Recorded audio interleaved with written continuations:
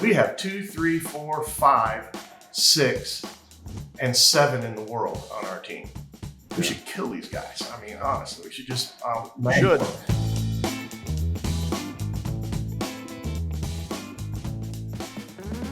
This episode of Half Forgotten History is brought to you by Bourbon Time and Jim Beam. You know, with the loss of our commutes during the pandemic, we've all lost that natural break from the workday to the evening. I've definitely felt that it's been tougher this year than ever to remember to take some time to transition myself from work to relaxation. So my friends at Jim Beam want to help solve this so we can get our me time back. Beat the burnout and commit to taking the hour of 6 to 7 p.m. as your me time, where you turn the phone on Do Not Disturb and do something that you love with no strings attached. Even though we like to enjoy our me time with a glass of Maker's Mark, you don't have to enjoy bourbon in order to participate in the movement. Do whatever is restorative for you, whether it's yoga or Maker's Mark, or golf or Maker's Mark, or just relaxing or Maker's Mark. Do whatever it is that makes you the better version of yourself. So let's make the idea of bourbon time a reality. Join me in reclaiming 6 to 7 p.m. as the happiest hour so you can do whatever it is that makes you happy. And if it involves a glass of bourbon, remember to drink Maker's Mark responsibly.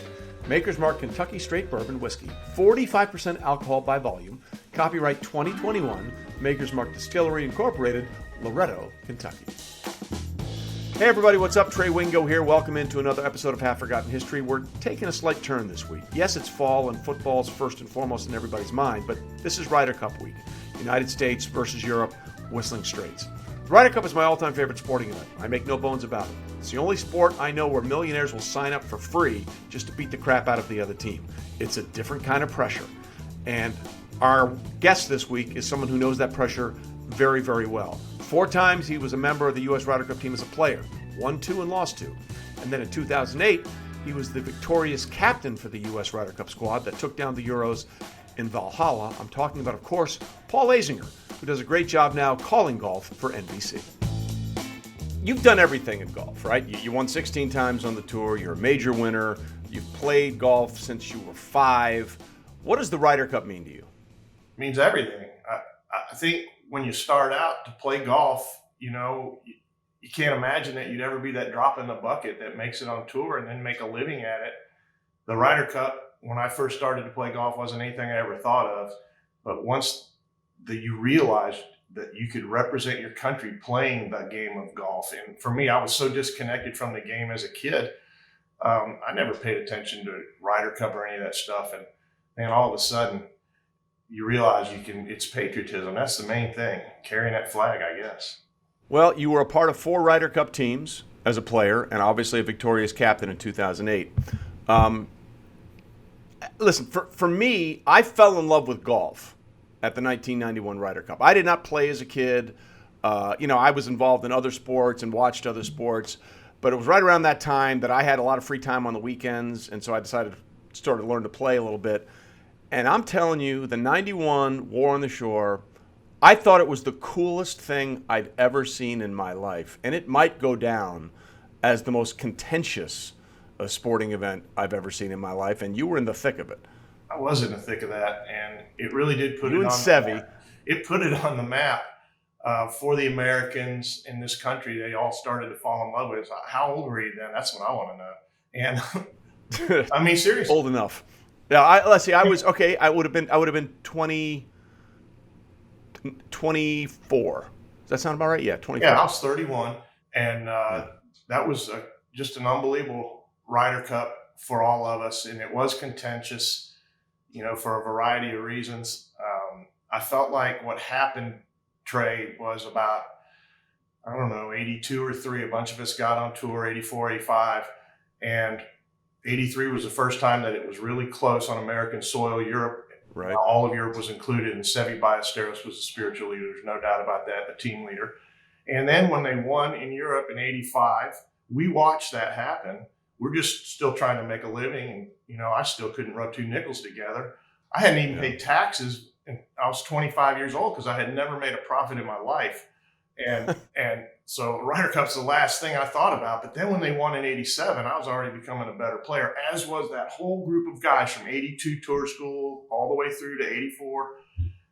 And when Jose Maria danced across that green at Muirfield Village, I think that all of us then took something personal to it. And we were the next group of guys that made the Ryder Cup team in 1989. And then by the time 91 rolled around, buddy, it was on. And we had War on the Shore going, or we had the real war in the Persian Gulf going. For some reason, we had the camo hats. I didn't participate in the camo concept very much, but a lot of guys did. And there was criticism in the European tabloids, which really made it great. And I said some things and I had some battles with Seve and Jose, but that's really how we all got mega fired up about what was happening between the United States and Europe, golf-wise. And it just got ugly. They were better than us. Now we're better than them. They were better than us at the time, and we had the chip on our shoulder. Now we're better than them, and they have the chip. Yeah, it's interesting because when you say Seve was the spiritual leader of that team, there's no question he was the undisputed king of gamesmanship on the European side. But so many Europeans would say, you're the Seve Ballesteros for the Americans. I remember the Seve quote after the 91 Ryder Cup. He said, the American team was 11 nice guys and Paul Azinger. Yeah, that was a beautiful quote. That's perfect. I wish I would have thought of it myself. But it's really that's not completely true. I think of that course. I thought you were going to say even the European players thought that Seve was a kind of the king of gamesmanship.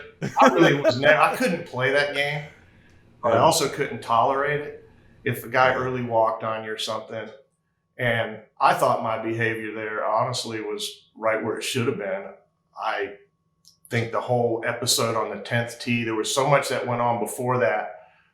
A hook. We were playing alternate shots. Seve hooked a shot to the left into an area that was a hazard, or it could have been a lost ball, depending on how it was marked.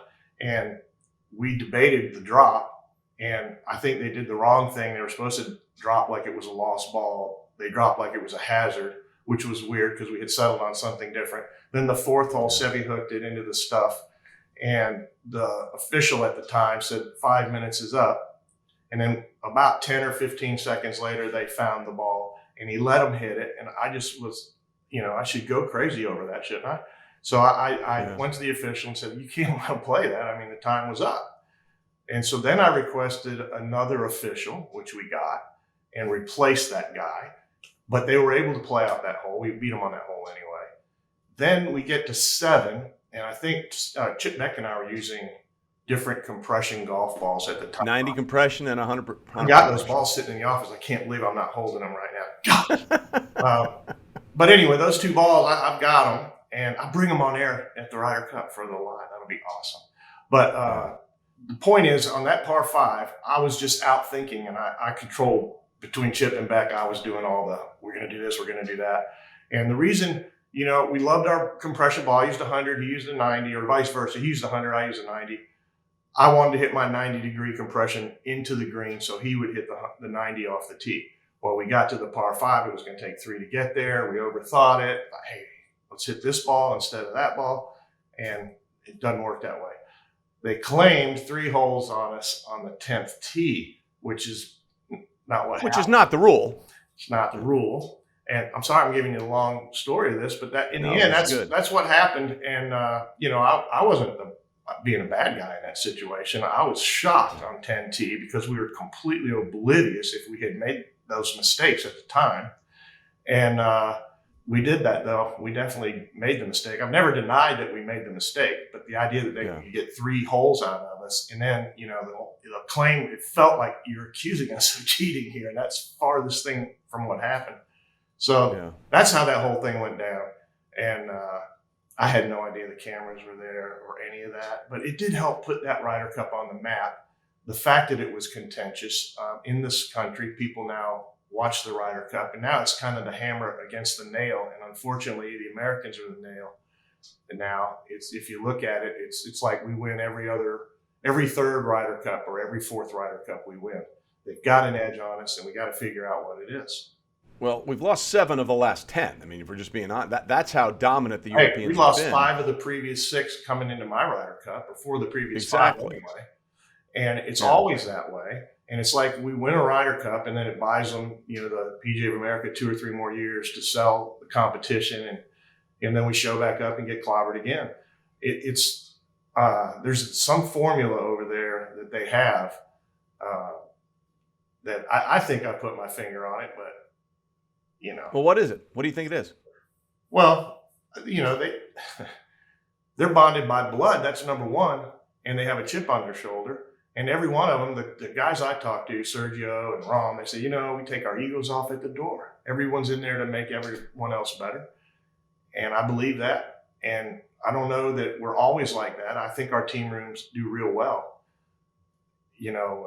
but there's just something different in the end about their messaging and our messaging. And now they have confidence, which is an earned commodity.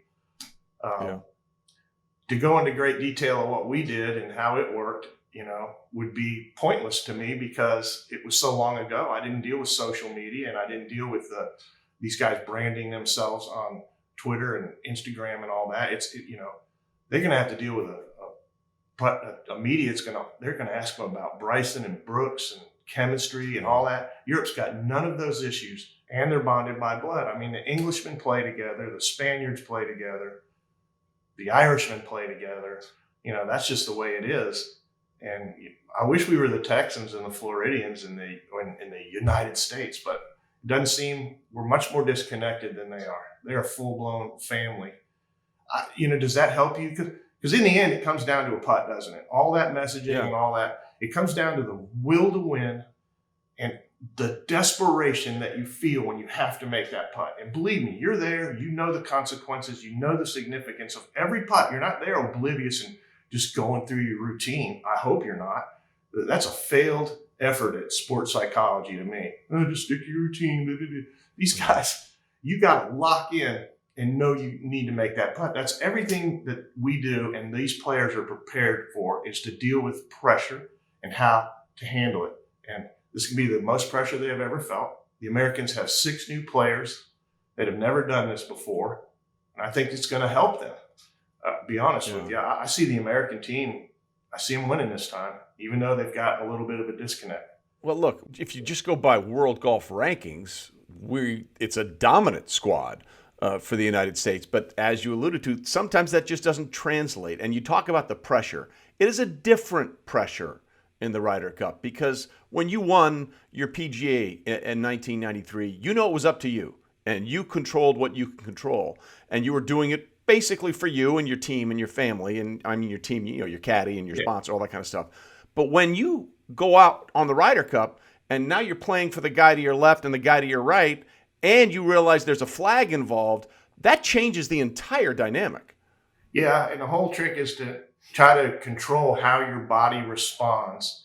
And the whole idea, the days and weeks leading up to it, like right now, for example, is wrapping your brain around what you're about to deal with in your mind so that you're trained and ready for it. I always played alternate shot with my buddies at home in pressure situations, and I just kept putting myself in a Ryder Cup in my mind. And I can't reiterate that enough, the value and importance. But if there's an obsession in their heads right now that they can't get out, when they lay down on the pillow, they're thinking of the Ryder Cup. The players that have never played Whistling Straits are having panic and anxiety over there in Europe. That's hopefully the one advantage that a U.S. team would have. But it's a link style course. If the wind starts blowing, maybe those guys will start licking their chops. So I don't understand why you would go to Whistling Straits at this point, but they didn't know when they booked it 10 or 12 years ago that the U.S. would be losing every Ryder Cup. But I say every. I'm being a little bit hard on the fact that we keep getting taken down, but you never know how your body's going to react when you get on that first tee.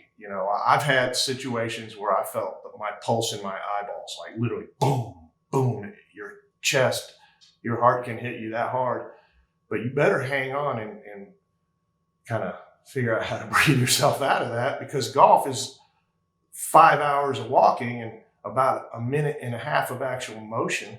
The rest of it's thinking and controlling your brain and your mind, that whole thing, and dealing with the guy next to you. I always looked at the guy next to me, and I just figured he was as nervous as me. And I didn't want that guy celebrating at my expense because, quite honestly, I didn't really care for the fella. No matter who it was, I didn't like any of them.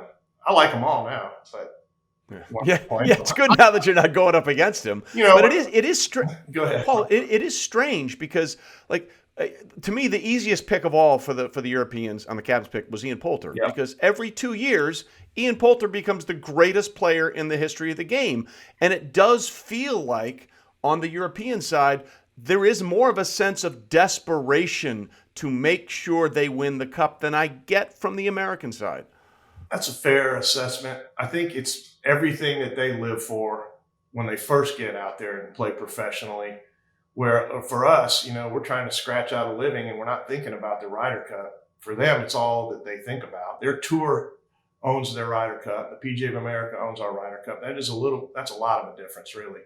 So they really have ownership. Every captain, I think, has to figure out how to get our players fully invested and engaged, but also hand over ownership. Because that's what I did in 08.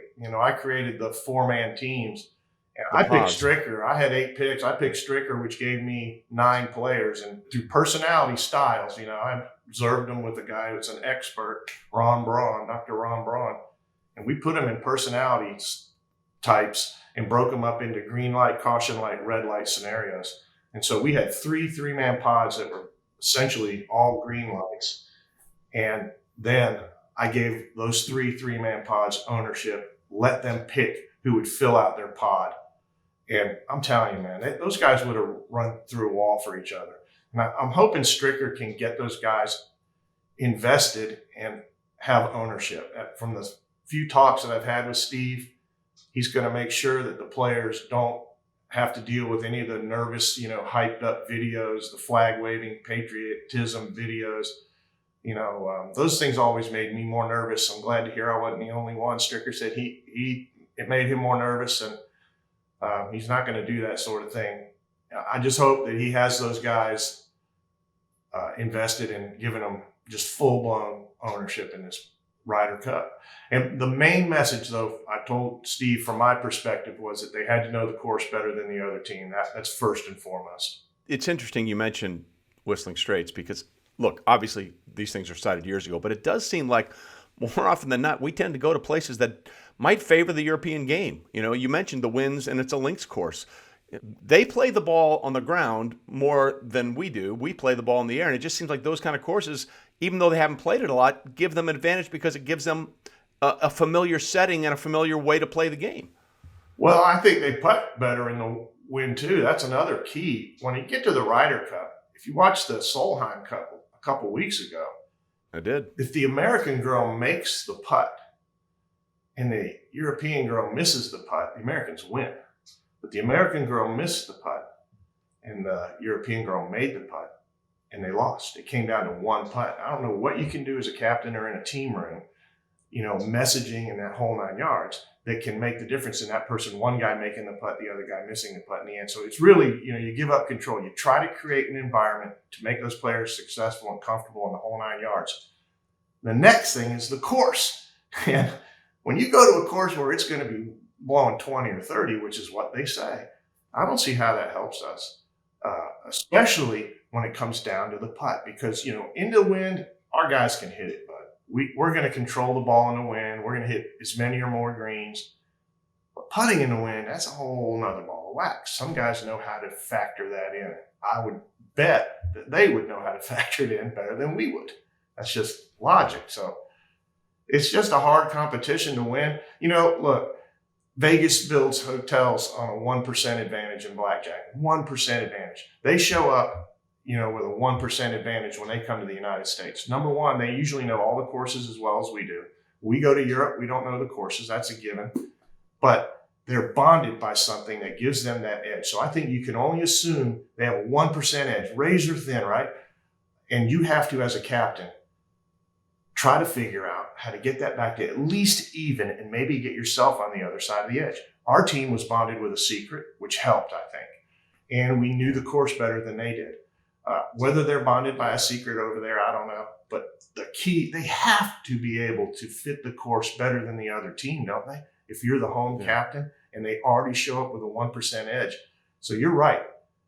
Watch the golf course on TV and keep asking yourself if the Americans are going to handle that or aren't they going to handle it? I personally think they will. I personally think they're going to know the course better than the other team. And I think the Americans are going to win the match. I really do. but I'm not going to bet on it. Yeah. All right, let's take a quick break here. When we come back, we'll break down specifically what we see in the matchups and the teams this year between the USA and the European team. We're right back with Paul Azinger. Overcoming the odds, rewriting the playbook, delivering under pressure. The MVPs of small business lead their teams to victory all year long.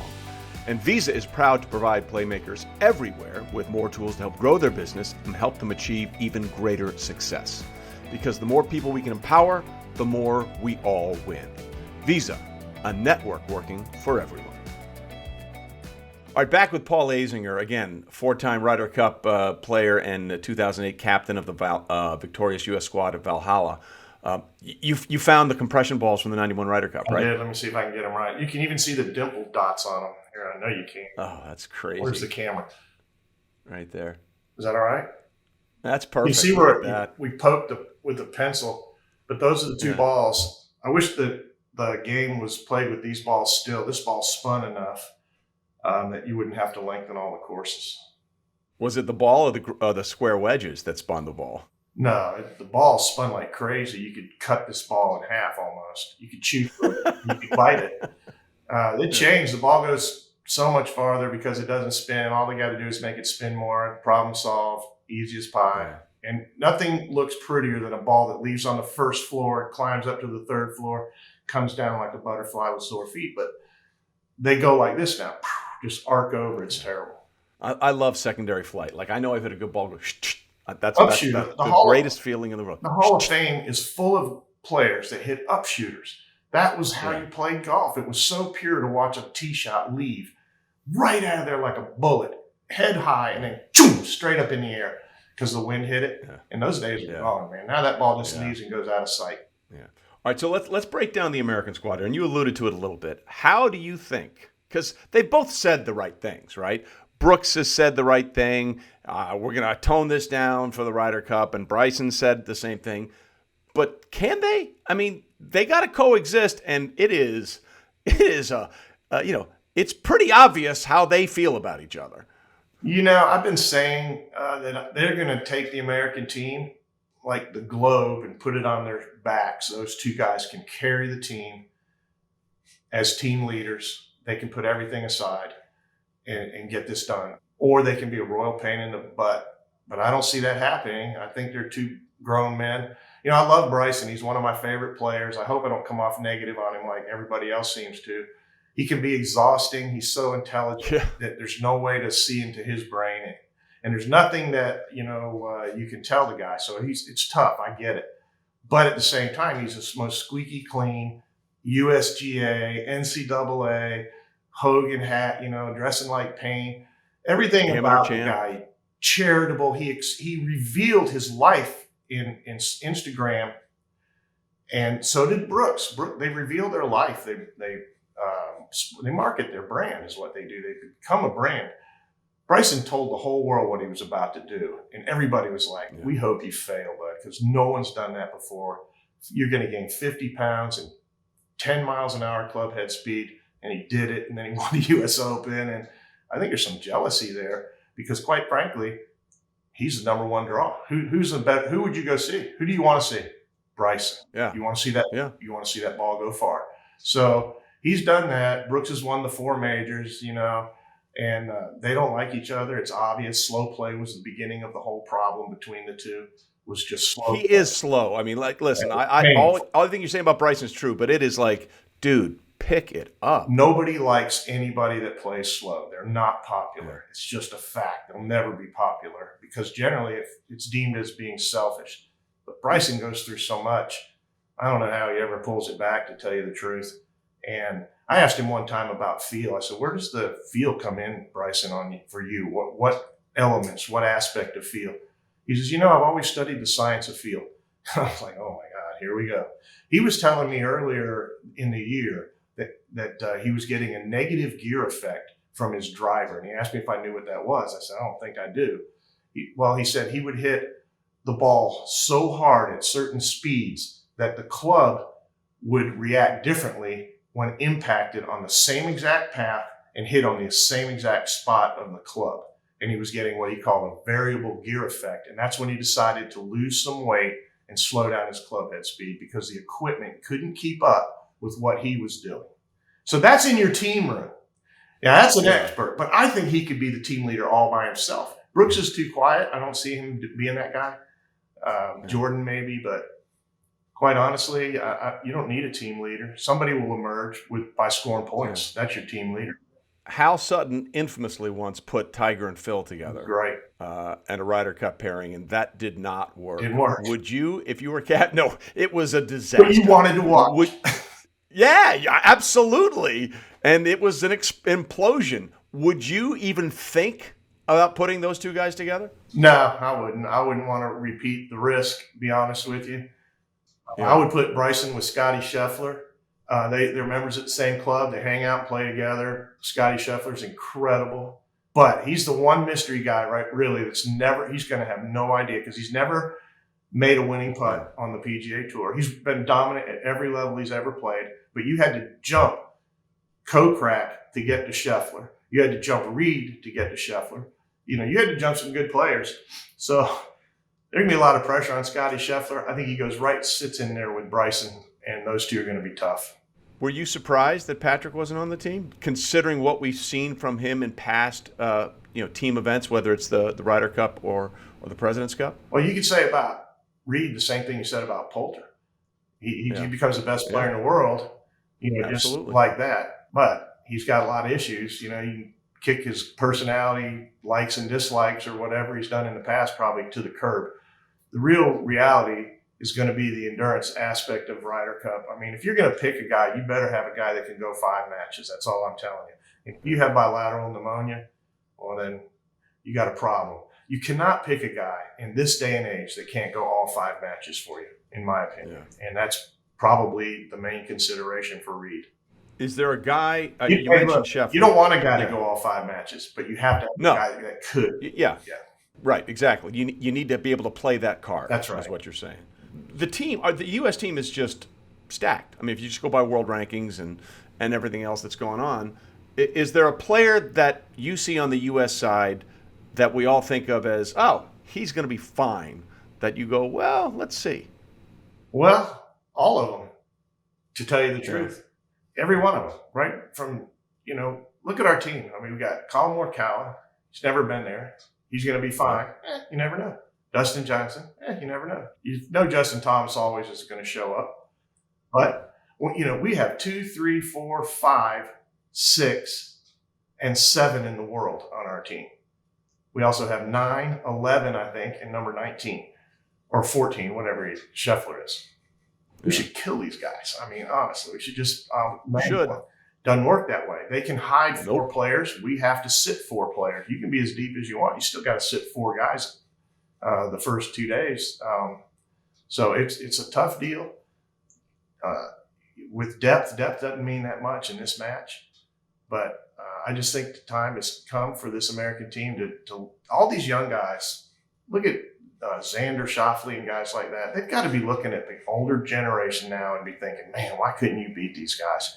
And you know what? The same ones are showing up, really, aren't they? Westwood showing up, Poulter showing up. These guys are showing back up, and they're saying, hey, see if you can take a step. And the younger guys on our team, the chip on your shoulder guys, I think the generation like I was, they've showed up. And I just feel like this is going to be a bonded American team. All right, you just mentioned something that I think is the one thing that nobody talks about enough in the Ryder Cup, but can be the deciding thing: who you sit and when you sit them. I go back to Brookline in '99. By the way, side note, I was doing SportsCenter that day, and they made me go sit in another room because I was so fired up. I was screaming on that comeback on Sunday. They said, you need to calm down. I was like, I was an American first before I became an ESPN employee. Like, I was off the charts that day. But the point I'm making is James tried to hide his players, and a lot of them didn't play until Sunday. That's right. And that came up and bit him in the butt Sunday at Brookline. The decision when to sit them and how to sit them, and how you handle the egos that want to go out there and play. I think that's the one part of the Ryder Cup chemistry that isn't talked enough about. Yeah, my first Ryder Cup was 1989, and I sat in the morning, and it was the worst sit because I knew I was going to play in the afternoon, but it was terrible. What a terrible feeling that was. anxiety and the pressure and watching and wanting to be out there. It's hard to get someone to sit. I had the pod system set up, and I just said point blank, I told all 12 guys, I said, you're all going to play first day. Unfortunately, 4 of you have to sit in the morning, but all 4 of you will play in the afternoon. Do what you need to do, however you do it. But you better make those decisions early, and you better, I think, get all 12 guys out on day 1 if you're the American team. We got a bunch of young guys out there. I think every one of our players can play all 5 matches if you have to. Some guys will have to, it looks like. But we'll see what happens. Quite frankly, it just looks like it should be a blowout. But they've got that. It almost always looks like it should be a blowout. And now I get it. Like in 2018, we went there right after the Tour Championship, and Tiger had just won for the first time, in so long after the comeback. I think the U.S. team was drained. I think some of our best players were drained by that point. But that should not be the case this year. No, they're going to be jacked up. I think they're going to take it personal. The guys, that have never been there have no scar tissue whatsoever. And, generally what happens is a younger player, a first-timer, comes up and ends up being the team leader. We had Anthony Kim, who was the team leader. And, oh, by the way, I communicated to all my guys according to their personality type. So I would encourage one guy and, I would challenge another guy. And Anthony Kim all week, he kept saying, I want to play Sergio Zinger. I want to play Sergio. Well, it doesn't work that way. You submit your team in an envelope, they submit their team, and then you see how it works out. Turns out Sunday he got Sergio. But on day 1, he and Mickelson went out. And our whole message, if I delivered any message, it was let's play to play great. That came from Bob Rotella. Let's be aggressive because that's match play. And let's show off for our people, lapel pins and all that stuff. And I wanted the players to believe that I thought they were the best team. I wanted them, first of all, I wanted them to be in full-blown show-off mode, and I wanted them to have confidence in my confidence in them. That was the message, to get these guys in full-blown show-off mode. So Anthony Kim's coming on the first tee in that match on day 1, the most nervous shot of the whole deal. And I said, how you feeling, AK? He said, I'm going to show off for you today, Captain. I'm going to kick his ass for you today. And he's hitting me in the chest. And I was like, all right. So he and Phil get out there. And I haven't talked to him now for 2.5 hours or so. And we're on the 13th or 14th hole. I think it was 14. And they were 2 down. And Anthony Kim airmailed the green, this par 3, 14, and they were in trouble. The Europeans missed the green. And so I said to Ron, Dr. Ron, who was sitting next to me, I said, I got to go say something to these guys. And he said, go challenge. And so I didn't know what I would say, and I booked it down through the crowd and pulled up there, and there's Phil trying to figure out how to hit this flop shot from over the green. And there was Anthony Kim. I'm going to kick his ass for you today, Captain. I just said, I walked up under the rope and I kind of just gave him a side eye. And he looked over back at me. He says, what's the matter? I said, buddy, I thought you were going to show off for me today. You're showing me squat. And then he busted out laughing. He says, relax, man. We're not going to let them beat us. And in seconds, Mickelson hits this shot up there like that, and they saved par. And then AK hit it about 8 feet on the next hole, and they won that hole. And then by the end, I think they tied that match. But there was some players that you could challenge like that, and other players that you had to encourage at the right time. And that's just how it works, is if you're the captain, create the best environment and then message them according to, their personalities, which for us, I think is different because we have to learn who you have. They've already established, who they are over there. They're the Spaniards, the Englishmen. They have that advantage. And I can't reiterate that enough. They're bonded by something extra. But I feel like our captains need to know our personality types well enough that when they get in a tight spot, you deliver the right message, not the wrong words. Does that make sense? Absolutely. All right, let's take our final break, come back, and real quickly look at the European team and get one prediction on this. He's already said he's going, but I want to be more specific. So we'll be right back with more from Paul Azinger right after this.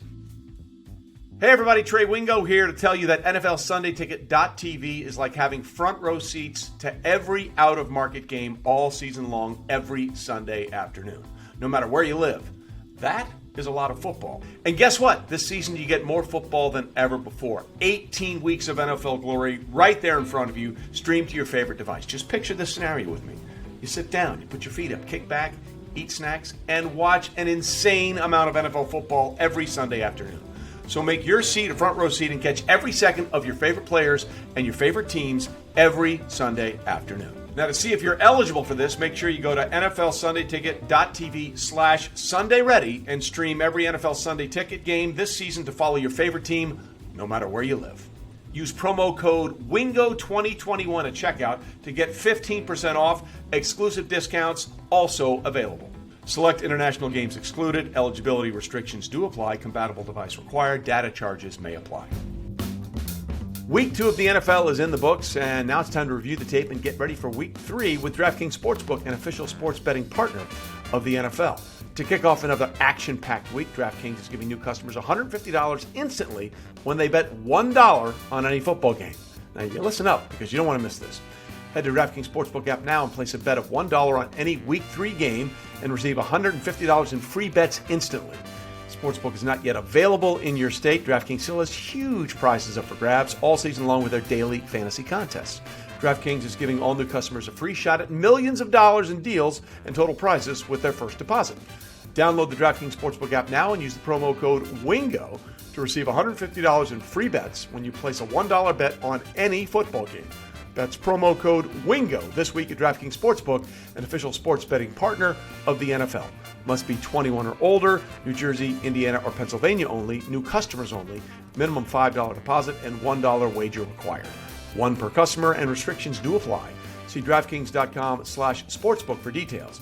And if you have a gambling problem, call 1-800-GAMBLER or in Indiana, 1-800-9-WITH-IT. All right, back with Paul Azinger, of course, four-time Ryder Cup member on Team USA, and of course the victorious captain in 2008 of Valhalla. You know, you look at the European squad, and you know, again, we've talked about it. The U.S. team, top to bottom, is much better in the world rankings, and we expect them to play well. Who are the players on the European side that you're thinking, I ain't worried about that guy, and who are the guys like, I'm not so sure about that guy? Well, all of them. Again, you know, every one of them concerns me. They have a heck of a team. Go through their list. John Rahm, he's their best player by a mile. Nobody wants to face Rahm. He's going to get put with another Spaniard probably. I would guess he's probably going to play with Sergio. And then, I don't know their list. Can you read it off real quick? It's Casey, Fitzpatrick, Fleetwood, Garcia, Hatton, Hovland, Lowry, McIlroy, Poulter. You mentioned Rahm, Wiesberger, and Westwood. I have a sneaky feeling Victor Hovland's going to play well. Yeah. He scares me a little bit. Wiesberger is somebody nobody really knows, but he's an incredible player. Hits really good. And so he's kind of a scary guy. But what I wonder is if the guys in their 40s that you mentioned, the older players, and someone like Terrell Hatton, they're the mystery, you know, to me. You pick Poulter, that's fine and dandy, and maybe he shows up again, but maybe he doesn't. And then you pick Westwood, and he's been playing great, but he's starting to get up there a little bit. That guy, by the way, is way better than I thought. I think I inspired him when I said that tour a while back. That was a mistake, probably. I resurrected him, and that I know they're going to play that in their locker room plenty. So of course, that'll be terrible for us. But they got a great team. I just don't see how they can win, honestly.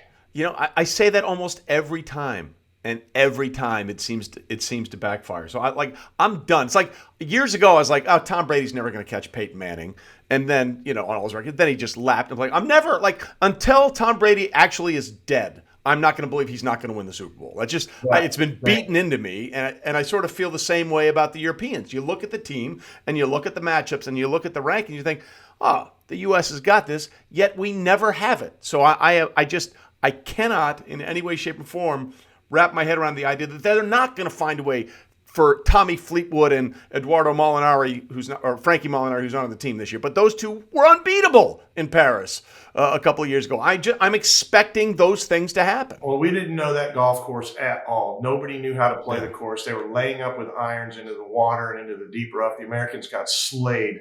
and had no chance to win that Ryder Cup. We were, like you said, exhausted. Tiger was in no man's land. Who knew where his head was at the time? And that team was just going to always be throttled. And you look at their pairings. I'm thinking about McIlroy now and Shane Lowry. That's almost a given. Yeah. I don't know if Poulter's going to take on with a rookie or if he and Westwood, the Englishmen, are going to get together. But now, see, you already have the Spaniards, the Irishmen, the Englishmen. You have that already intact, and that gives them their advantage, their 1% advantage, even if they're not the best players.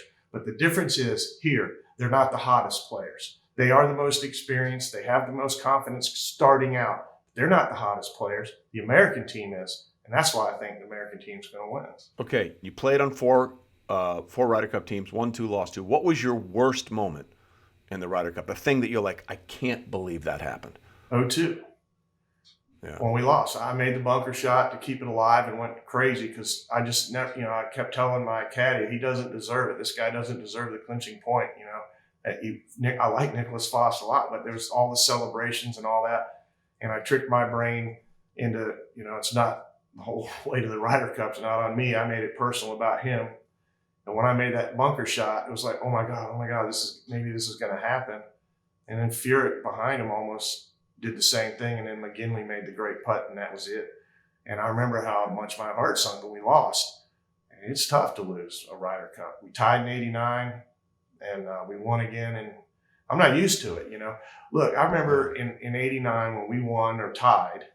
No, where was it? I think put 4 in the water on 18 on Sunday, right? Yeah, 4 players put in the water. Yeah. Yeah, at the Belfast. In 91 when we won, I remember saying to Lanny Watkins afterwards that we had to have this victory dinner, which they've since canceled.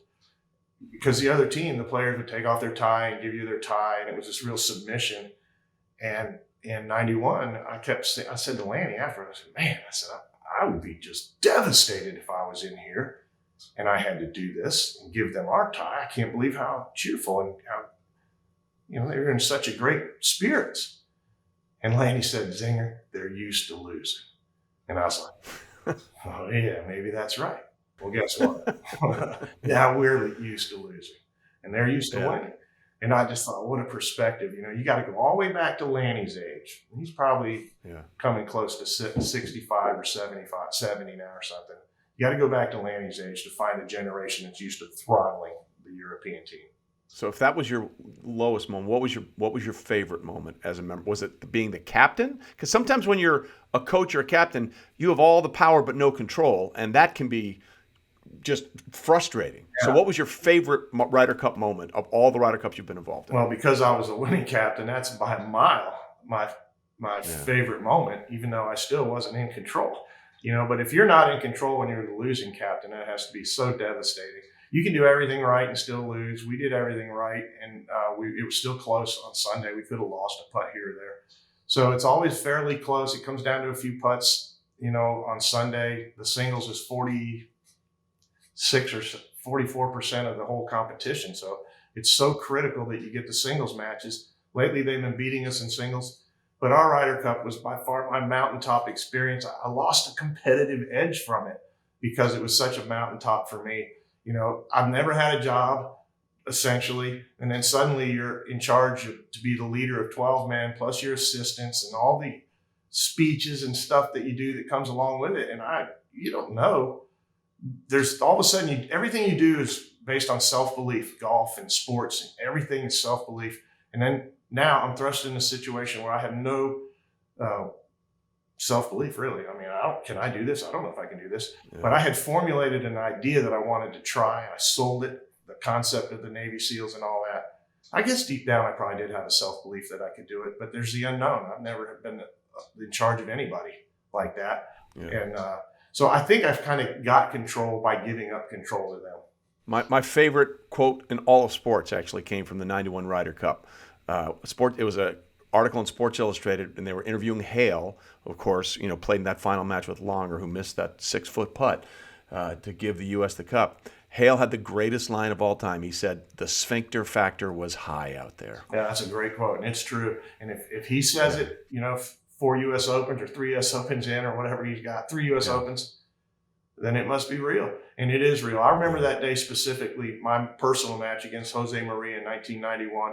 And I got in a fairway bunker on 16, a par 5, and my third shot's a 4-iron to this par 5 green, and it sits up and the wind was cranking, and I got in the bunker and my whole body just relaxed. Like, I didn't realize how tight I'd been all day. And I got out of the bunker. I said to my caddy, I said, my whole body just relaxed. And I walked in there with a whole nother brain, flushed a 4-iron. And I ended up beating Jose 2-1. We went to the last hole. I think two down was what I beat him. But what a match that was. But you don't realize what it's doing to you the whole time until it's over. You have the Wanamaker Trophy. You've won a major. You've won 2 Ryder Cups as a player and been a victorious captain. If you had to choose one, if someone said to you, you can't have both, you can only have one, what would you choose? Of all that, let's see. I think I'd have to say the PGA Championship, simply because I would not have been a Ryder Cup captain otherwise. And it's just one goes with the other. But my greatest mountaintop moment in my life, in sports, my job, is by a mile the Ryder Cup.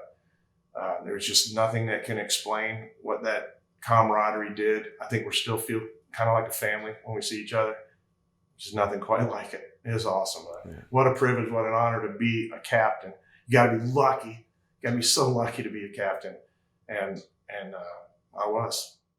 Well, you mentioned Stricker, and he was one of your he was on your staff in 2008.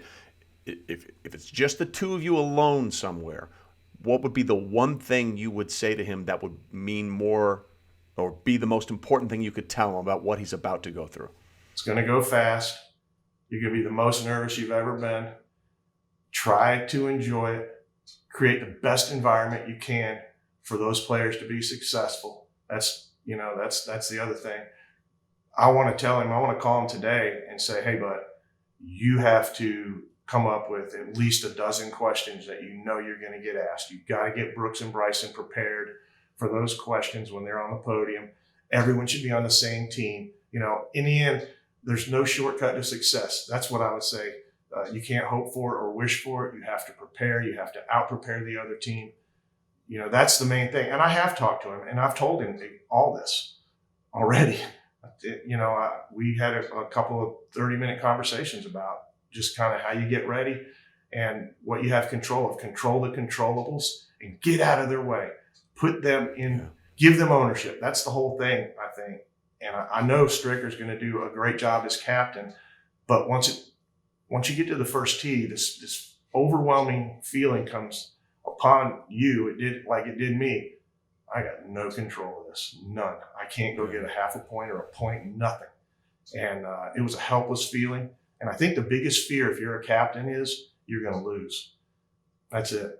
It's funny you say that, because almost to a T, every great athlete I've ever talked to said the fear of losing was a much bigger motivation than the joy of winning. Well, I'll tell you what, there's so much truth to that. I felt like I was gagging almost before the match started on Friday. Furyk came up to me and said, holy crap, man, you need to relax. You're making me nervous. That's how bad I felt. And we busted out laughing. I think it was a good moment for Furyk. It's not about having fun. In 2006, he said he remembered how much fun those guys had.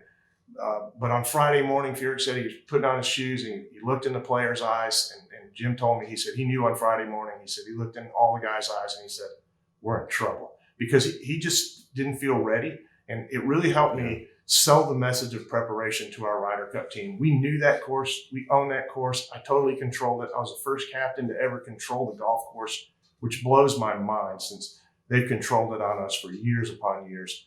And I just had the course in the rough mode to our players' strength. And that's what Stricker's doing. He's trying to gain every advantage he can. And in the meantime, we're bringing a European team to a link-style course. So we got uphill battle the whole way. Well, we'll see what happens. Look, it's always good to catch up with you, my friend. We enjoyed working together for a few years at a couple of Open Championships at St. Andrews and Muirfield. So I always appreciate your insights. I'm jealous of you getting to be there and be part of the action. To me, the Ryder Cup is my favorite sporting event in the world. It's the only place I know where millionaires will play for free, because there's just something on the line that's better than money. 15-13 U.S. It's going to be close, but it's coming down to that. You watch. It's going to be a good one. All right, you heard it here first. Paul, we appreciate it, buddy. Thanks. You got it, bud. See ya. Really great to catch up with Paul. We had a lot of fun covering U.S. Open and Open Championship golf together for many, many years. Really appreciate his time, and we'll see what happens with the U.S. team at the Ryder Cup at Whistling Straits.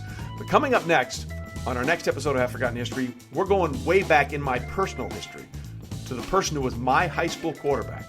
And when he was in high school, he dated someone who won Miss USA and was runner-up Miss Universe. I mean, the rest of us never had a chance.